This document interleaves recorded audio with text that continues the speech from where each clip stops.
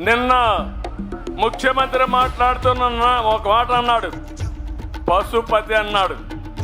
పశుపతి అంటే ప్రపంచాన్ని కాపాడినటువంటి శివుడు. అందుకే నేను శివ అవతారం ఎత్తాను.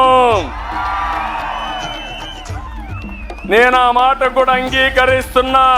ప్రపంచాన్ని రక్షించడానికి ఆ శివుడు విషాన్ని కూడా గొంతులో పెట్టుకొని ప్రపంచాన్ని రక్షించాడు. అవునా కాదా అని మిమ్మల్ని అడుగుతున్నా. నేను కూడా 5 సంవత్సరాలు మీరు చూశారు. అరెస్టులకు ఏమైనా భయపడి ఇంటికి పారిపోయామా మేము? అందుకే నేను భరించా. ఒకే ఆలోచన, మళ్ళీ తెలుగు జాతిని కాపాడుకోవాలి.